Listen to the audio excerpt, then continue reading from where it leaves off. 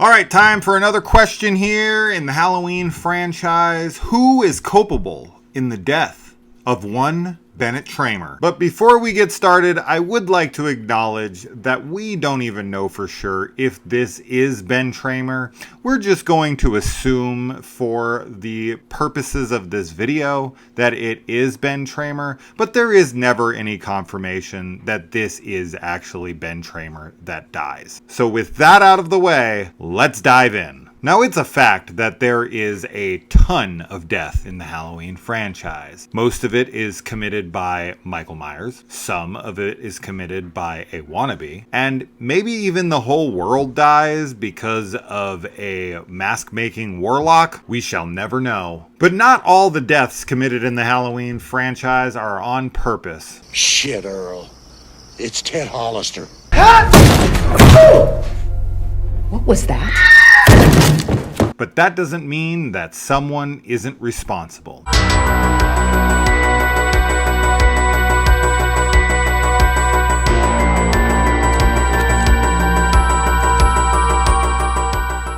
Now, who is Ben Tramer? Little of him is known to us. We know that he is 17 years old. How old is he?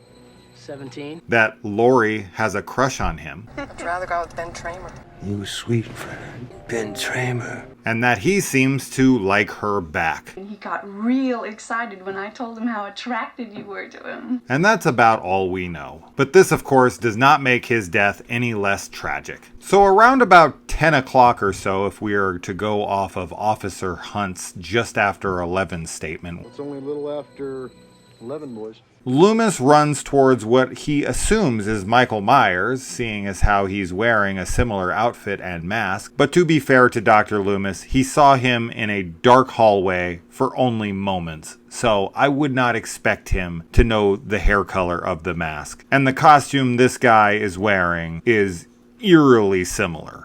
But Loomis is waving his gun like a frantic madman, with the sheriff running after him and trying to stop him for potentially shooting him right there in the street. So I can't blame this person for trying to get away from Loomis quickly. He does then step into the street with his trick-or-treat bag in hand, so I'm only assuming he was out trick-or-treating. But he's in the street for about 5 full seconds before the car comes speeding and crashing directly into him, killing him pretty much instantly as he smashes into a van and erupts into flames. Good foreshadowing for later events. Now, when the deputy steps out of his car, you can hear him saying, "He came out of nowhere. I couldn't stop." He came out of nowhere.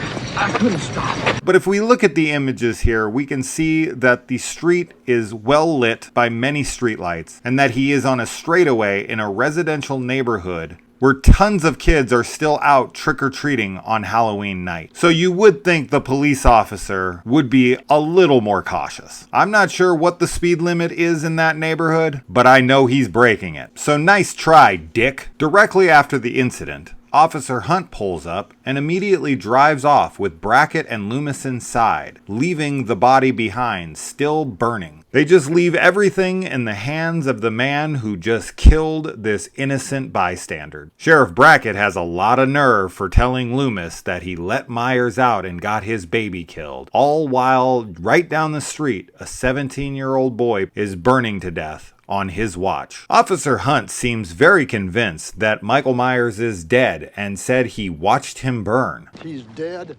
I saw him. Saw a man in a mask.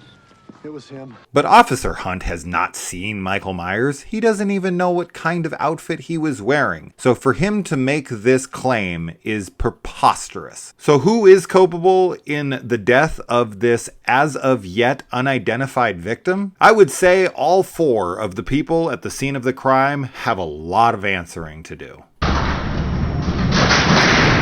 Well, except Loomis. He and Michael joined Ben later in solidarity. It's time, Michael.